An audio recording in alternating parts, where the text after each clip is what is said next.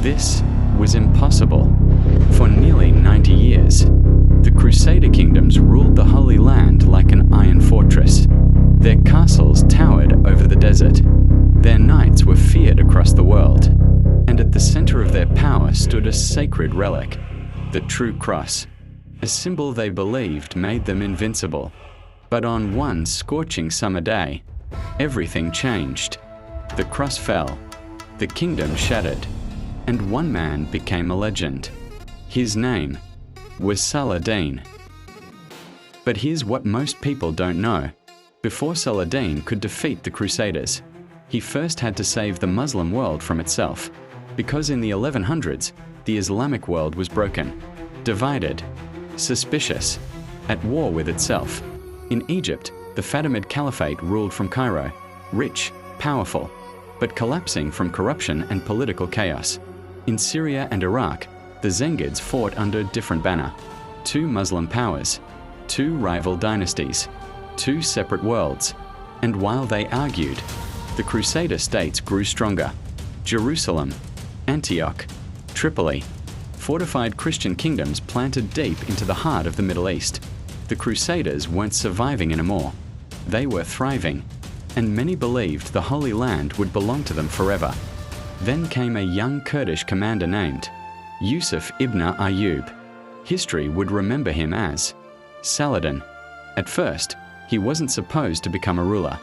He wasn't born a king. He wasn't the heir to an empire, and no one expected him to change the world.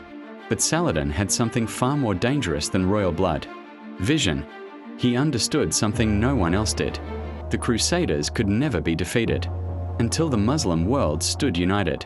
So step by step, city by city, he began building something unstoppable. First Cairo, then Damascus, then Aleppo. Enemies became allies. Rival dynasties bent the knee.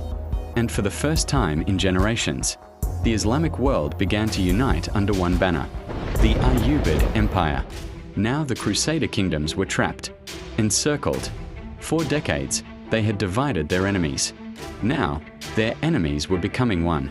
And at the center of it all stood Saladin. Calm, patient, relentless. A man preparing not just for war, but for history itself. The Crusaders still believed their walls could protect them. They still believed God was on their side. But beyond the horizon, an empire was rising.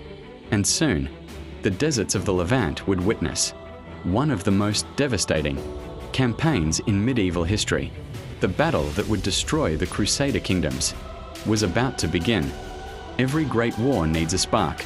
For Saladin, that spark had a name: Raynald of Châtillon. And to Muslims across the Middle East, he wasn't just a reckless knight. He was a monster. While kings signed truces, Raynald ignored them. He attacked caravans, massacred merchants, looted pilgrims. Then he committed the unthinkable. He launched raids into the Red Sea itself, threatening the holy cities.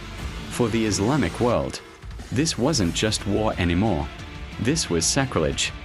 Then came the final insult. A Muslim caravan traveling under official protection was ambushed by Raynald's men. The truce meant nothing to him. Gold was stolen. Travelers were slaughtered. And according to chroniclers, among those captured was Saladin's own sister. Raynald didn't apologize. He mocked Saladin. Some accounts even claim he sneered, "Let Muhammad save you." That sentence echoed across the Islamic world like thunder, because now, the war had become personal. Here's the genius of what happened next. Saladin didn't react blindly. He waited, because technically, he still had a peace treaty with King Guy of Jerusalem, and Saladin understood something crucial. If he struck too early, he would look like the aggressor. But Raynald of Châtillon had handed him the perfect weapon: legitimacy. Now Saladin could unite rival rulers, scholars, tribes, and warriors under one cause: jihad. Not for conquest, not for wealth, but to defend Islam and reclaim Jerusalem. And this time, the Muslim world answered. From Cairo to Damascus to Mosul, they came: professional soldiers, battle-hardened Mamluks, Arab tribesmen, Kurdish warriors, volunteers carrying little more than swords and faith. Some came for glory, others came for revenge, but many marched for one reason alone: Al-Aqsa, Jerusalem, the city lost nearly a century earlier during the First Crusade, when rivers of blood reportedly filled its streets. Now a new generation prepared to take it back, and at the center of this storm stood Saladin, the unifier, the strategist, the lion of the Levant.